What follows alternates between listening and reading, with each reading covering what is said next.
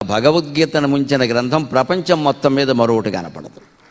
ప్రపంచం మొత్తం మీద రోజు పడుకోబోయే ముందు విద్యార్థులుగా 2 శ్లోకాలు తాత్పర్యంతో చదివి పడుకోండి. మీకు అర్థమైనా కాకపోయినా సరే ఏం పర్వాలేదు, అవుతాయి. 2 ఎక్కువ వద్దు, 5 నిమిషాలు కూడా పట్టదు.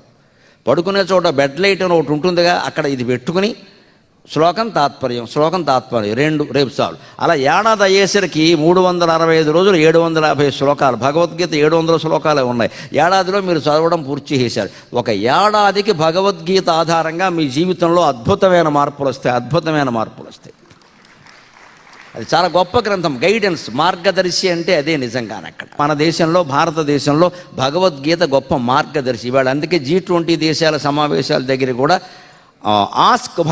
ఆస్క్ గీత అని ఒక యాప్ పెట్టారు ప్రత్యేకంగా. గీతలో నువ్వు ఏ విషయం అడిగితే అది దొరుకుతుంది. ఆ యాప్ ఎంత గొప్పది అంటే, నాకు ఈ ప్రాబ్లం ఉంది, ఐ వాంట్ ది